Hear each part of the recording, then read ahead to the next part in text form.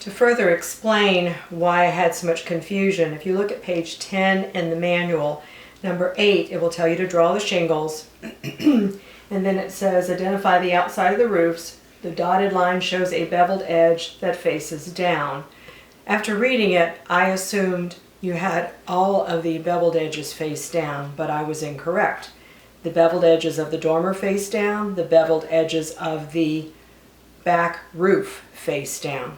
But the front and the porch roofs, the beveled edges face up. You also have beveled edges on the side, so be very careful when you're identifying your front and your back. And I would recommend either marking or writing somewhere that you know what the top is and what's the front and the back if you're going to pre-paint these things. It does say to paint it, sand it, glue it, tape it in place, and then go back and paint a second coat. So that gives you some instruction. Now I also wanted to show you the front porch. The directions tell you to take out the last page. Well, before I tell you that, here's your grid for your shingles.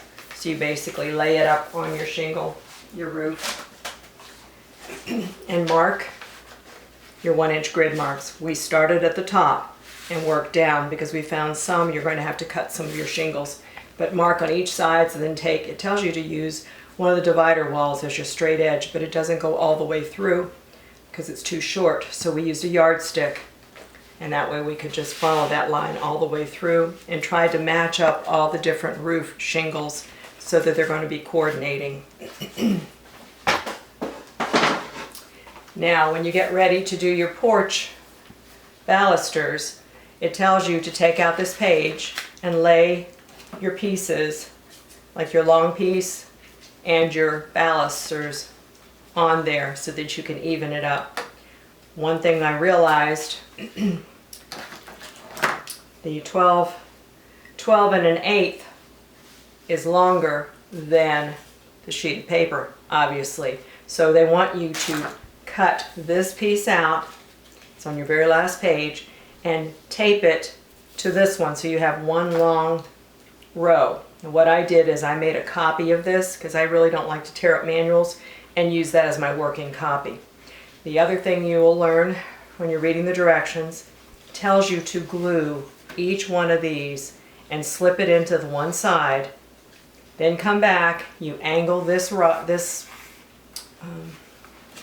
piece of wood and you work the pieces in. Then line it back up on this.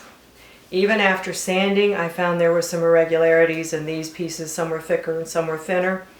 And it was extremely difficult to do that. And the glue, I used the Aleene's for this, the tacky glue. It glued really quickly. So what we did, hindsight's always 20/20, when we did it again, we did not use the glue, put them all in, got them the way we wanted, and then just did a dot of glue on each one to keep it glued in, and it is tight. You may get some wiggle, so it's good, always good to tape it in place and make sure. They tell you to tape it in place and lay your pieces in. I can honestly tell you that was extremely difficult for me. So what I did is I set it this way, laid in my balusters, laid it back down, made sure it was straight, put on this piece, laid it back down, made sure everything was right, and then glued it in. Hope that helps. We need to put the porch on before we can put the roof, and I'm missing a post that Real Good Toys is supposed to be sending me. So as soon as that is done, we'll be able to put the roof on. Until next time, have a great miniature day.